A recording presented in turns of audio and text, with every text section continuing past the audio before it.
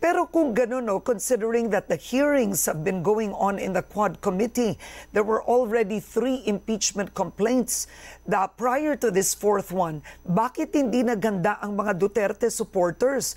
It seems that the Duterte supporters just relied on the INC rally. But within Congress, anong ginawa ninyo? Yes, ma'am. Actually, we relied on the rules of the House of Representatives. But they followed the rules. What they did was part of the rules. There are 2 modes to impeach. That was one of them.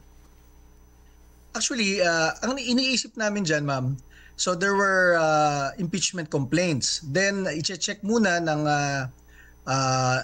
House Committee on Justice kung sufficient in form or in substance. Then after... Yeah, but that's one mode. But you do know the other mode, that from the plenary, it goes straight to the Senate. This was done during the impeachment of former President Erap Estrada. Ang naisip ko dyan, ma'am, kahapon, how come na there are 100 to 200 plus members of Congress na nag-sign sa impeachment ni Vice President Sara Duterte nang hindi man lang na-hearing si Sara Duterte?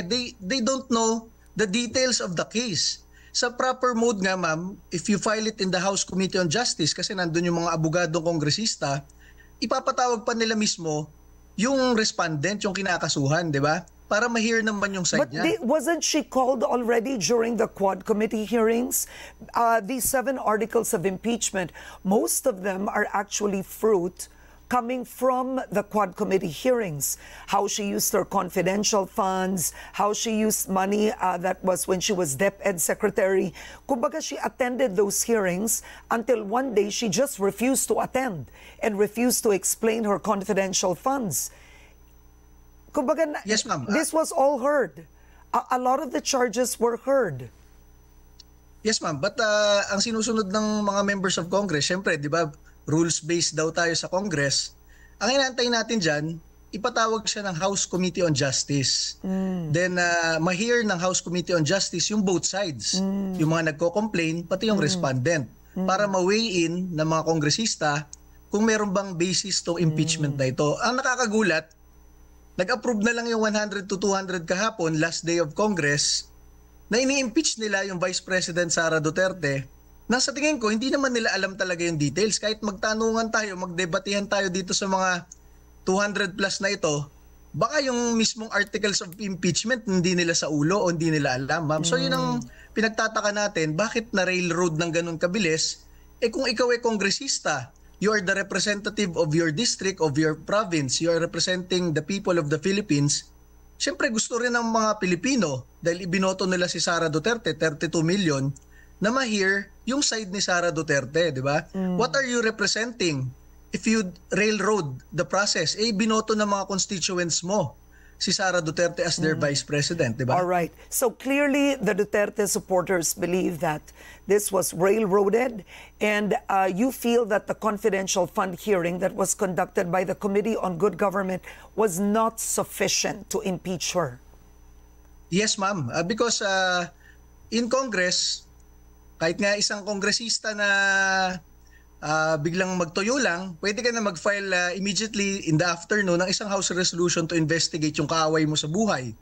So if the matter is being heard by the Quadcom, it is not the proper forum. Okay. Ayon sa rules of impeachment proceedings, it is the House Committee on Justice. And nakalagay dyan, kung merong inaakusahan, ipapatawag mo para marinig rin yung side po niya. Oo. Tungkol sa impeachment, ma'am. Ano ang plano ngayon ng mga Duterte supporters? Now it's in the Senate already. There was already an INC rally. But ano ang plano po ng grupo ninyo and the other Duterte supporters in the lower house? Yes, ma'am. Sa amin sa Duterte Youth Party List, kinolekta rin namin yung listahan ng 200 plus na kongresista kahapon. 215. Gusto namin i-publish yan. Okay. Kasama yung mga mukha nila at kung anong tinatakbuhan nila ngayong 2025. Gusto namin ipakita sa taong bayan na tanungin mismo nila itong mga kongresista nila if they represented their constituencies yesterday nung bumoto sa kanila. Kasi masabi ko sa inyo, 200 plus yan. Ang kaya ko lang i-cite yung mismong kongresista ko dito sa Calamba, Laguna. Alam nyo, I just found out yesterday that Vice President Sara Duterte got more votes than our mayor, than our vice mayor, than our congressman. So kung yung congressman namin, si Cha Hernandez, ay bumoto against kay Sara Duterte kahapon, sinong constituency yung nirepresent niya? Sara Duterte got more votes in Calamba City than her, than our mayor and than our but then vice mayor. But Chairman, but in getting more votes, that's not an absolute. At the end of the day, an impeachment process holds sitting officials accountable. In other words, just because you were voted and you were very popular, that was the Erap story too, right? And he was impeached for accusations of graft and corruption and eventually plunder as well. So ganun din yun.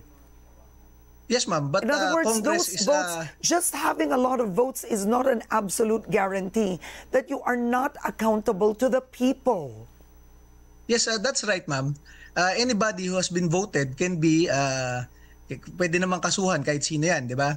Pero ang gusto natin sana, because lahat nga pinag-uusapan sa Sangguniang Barangay, lahat pinag-uusapan sa Sangguniang Panlalawigan at Bayan. Bakit itong pinakamataas na venue for debates and discussion ng Pilipinas, the House of Representatives, ba't hindi pinag-usapan yung kinakasuhan? Bakit hindi ipinatawag at na-hear man lang yung kinakasuhan? Ang akala namin, susundin tong published rules of procedure in impeachment proceedings na ipapatawag ang Vice President sa House Committee on Justice para ma-hear yung side niya. Ang kinakagulat mo dyan, Ma'am Karen, paano nangyari na merong 100 to 200 members of Congress on last day of session can decide outrightly that Sara Duterte should be impeached without hearing her side? That's my last question, if you can answer quickly.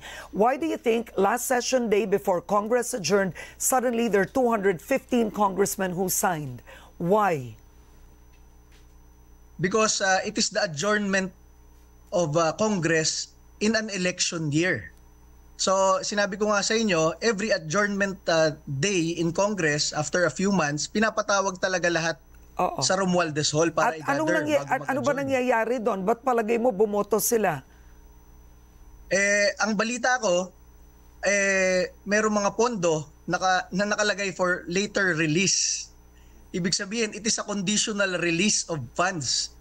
So, if you have been promised millions or hundreds of millions of funds and you do not commit yesterday, baka hindi ma-release yan kasi for later release yan, FLR yan.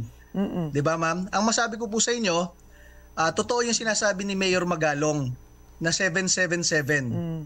Last year, we have been invited to the Bagong Pilipinas Servicio Fair. Ang sabi sa amin ng mga kapwa kongresista, if you attend, you will be given 777 or 21 million worth of funds in each attendance.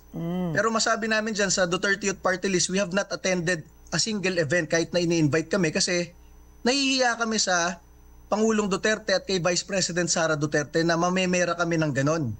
So yung sinasabi ni Mayor Magalong, narinig ko sa kanya kasi, totoo yun. So isa pang maliban sa 777 na yan, last day of session nga kahapon in an election year. So ang balita rin dyan, kasi napagkikwentuhan naman ng mga kapwa kongresista, meron mga pinapangako kahapon na for later release.